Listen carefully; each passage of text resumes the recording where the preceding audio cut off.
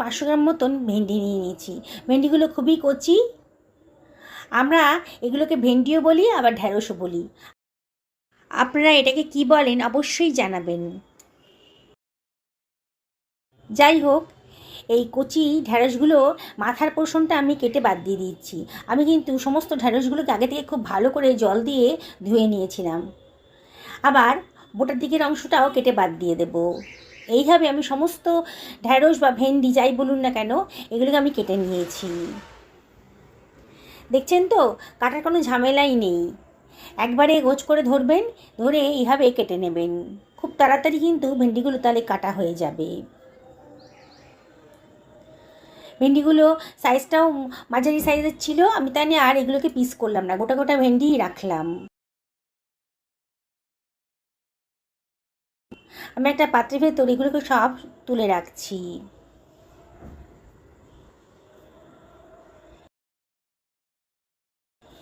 এইবারে আমি দুখানা ক্যাপসিকাম নিয়ে নিয়েছি, মাঝারি সাইজের ক্যাপসিকাম। এগুলোকেও আমি খুব ভালো করে ধুয়ে নিয়েছি। বোটার দিকের অংশ আর মাথার দিকের অংশটা কেটে বাদ দিয়ে দিচ্ছি। আর ক্যাপসিকাম দুটোকে আমি লম্বা লম্বা করে কেটে নেব। দেখুন, পাতলা পাতলা লম্বা লম্বা করে কেটে নিচ্ছি। ভীষণই টেস্টি রেসিপি আজকে তৈরি হতে চলেছে, গ্যারেন্টি দিয়ে বলছি। একবার বানিয়ে খেলে জীবনেও এর টেস্ট ভুলতে পারবেন না। কাটা হয়ে গেছে, সরিয়ে রাখলাম। এবার আমি একটা মাঝারি সাইজের পেঁয়াজ নিয়ে নিয়েছি। পেঁয়াজের খোসাটা কেটে পেঁয়াজটাকেও আমি লম্বা লম্বা করে কেটে নিচ্ছি। একটু মোটা মোটা করে কাটছি। দেখুন কীভাবে কাটলাম, সরিয়ে রাখলাম। আর একটা পেঁয়াজ নিয়ে নিয়েছি মাঝারি সাইজের। এই পেঁয়াজের খোসাটাও কেটে বাদ দিয়ে এটাকে আমি একেবারে কুচি কুচি করে কেটে নেব। ইচ্ছে করলে আপনারা এটা গ্রেটারের সাহায্যেও গ্রেট করে নিতে পারেন। মোট দুখানা পেঁয়াজ আমি এখানে ইউজ করেছি। দেখুন, ঝিরিঝিরি করে কাটা হয়ে গেছে। এবার এটাকে সরিয়ে রাখছি। আমি একখানা ছোটো সাইজের টমেটো নিয়ে নিয়েছি। টমেটোটাকে আগে থেকে ধুয়ে পরিষ্কার করে নিয়েছিলাম। টমেটোর বোটার দিকের অংশটা কেটে বাদ দিয়ে দিলাম। টমেটোটাকে আমি কুচি কুচি করে কেটে নিচ্ছি। যেসব বন্ধুরা রেসিপিটা দেখছেন অথচ এখন আমাকে সাবস্ক্রাইব করেননি, তাদেরকে আমি রিকোয়েস্ট করবো আমার চ্যানেলটা সাবস্ক্রাইব করার জন্যে। পাশে থাকা বেল আইকনটা অবশ্যই ক্লিক করে দেবেন, তাহলে আমার রান্নার নোটিফিকেশানটা আপনারা চটজলদি পেয়ে যাবেন। কাটা হয়ে গেছে, সরিয়ে রাখলাম। একটা ফ্রাই প্যান গরম করতে দিয়ে দিয়েছি। এর ভেতরে দিয়ে দিচ্ছি 1 টেবিল চামচ মতন সর্ষের তেল। তেলটা যখন গরম হয়ে গেছে তখন আমি কেটে রাখা ঢ্যাঁড়স বলুন বা ভেন্ডি বলুন দিয়ে দিলাম। দিয়ে একটু নাড়াচাড়া করে নিচ্ছি। হাই ফ্লেমেই রেখেছি, খুব বেশি ফ্রাই করতে হবে না। দেখবেন আস্তে আস্তে কিন্তু কালারটা চেঞ্জ হয়ে গেছে মিনিট খানেকের মধ্যেই। এবার এর ভেতরে আমি দিয়ে দিচ্ছি 1/2 টেবিল চামচ লবণ, দিয়ে আবার একটু নাড়াচাড়া করে নিচ্ছি।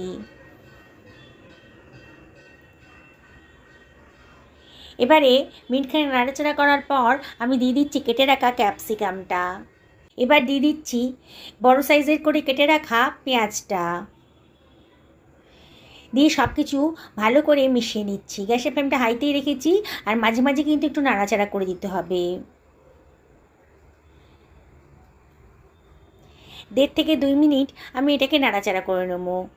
দেখেই মনে হচ্ছে ভেন্ডিটা একটু নরম হয়ে গেছে।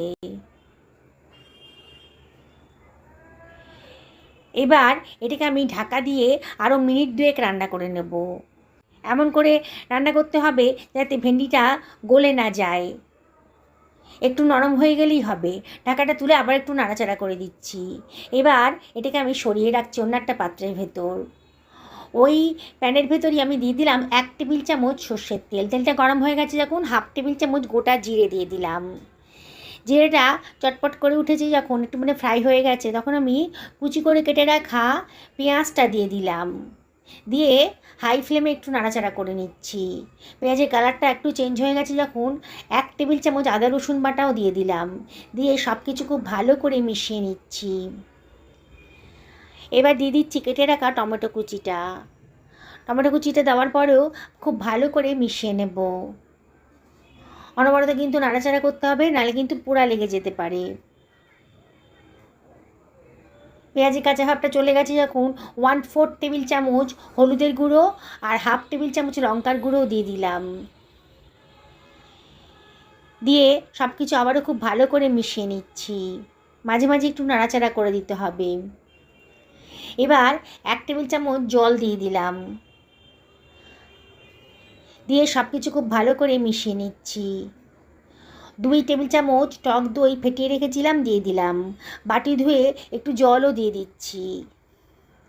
দিয়ে আবারও সব কিছু খুব ভালো করে মিশিয়ে নিচ্ছি। দইটা দেওয়ার সময় গ্যাসের ফ্লেমটা লোতে রাখবেন, নাহলে অফ করে দেবেন। আমি লোতে রেখেছিলাম, পরে আবারও হাই করে দিয়েছি। আবারও ঢাকা দিয়ে মিনিট 2-3 রান্না করে নেব। টমেটোটাও গলে গেছে আর মশলাটাও কিন্তু কষানো হয়ে গেছে, দেখেই মনে হচ্ছে। মশলার গা থেকে কিন্তু তেল বেরোতে শুরু করে দিয়েছে। 1/2 টেবিল চামচ চিনি দিলাম, চিনিটা অপশনাল, তবে দিলে পরে কিন্তু দারুণ সুন্দর একটা টেস্ট আসে। কাঁচা পাকা কতগুলো চিড়ে রাখা কাঁচা লঙ্কাও দিয়ে দিলাম। দিয়ে সব কিছু আবারও খুব ভালো করে মিশিয়ে নিচ্ছি।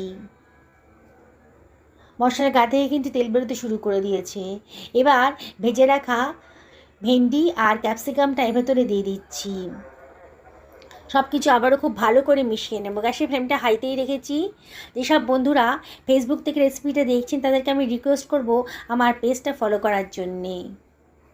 সব কিছু খুব ভালো করে মিশিয়ে নিলাম। হাই ফ্লেমে রেখেছি। আবারও 2 টেবিল চামচ জল এর ভেতরে দিয়ে দিচ্ছি। দিয়ে আবারও সব কিছু খুব ভালো করে মিশিয়ে নেব। একেবারে নতুন ধরনের একটা রেসিপি আজকে তৈরি হতে চলেছে। লুচি, রুটি, পরোটা, পোলাও, ভাত যার সাথেই খান না কেন অসম্ভব টেস্টি।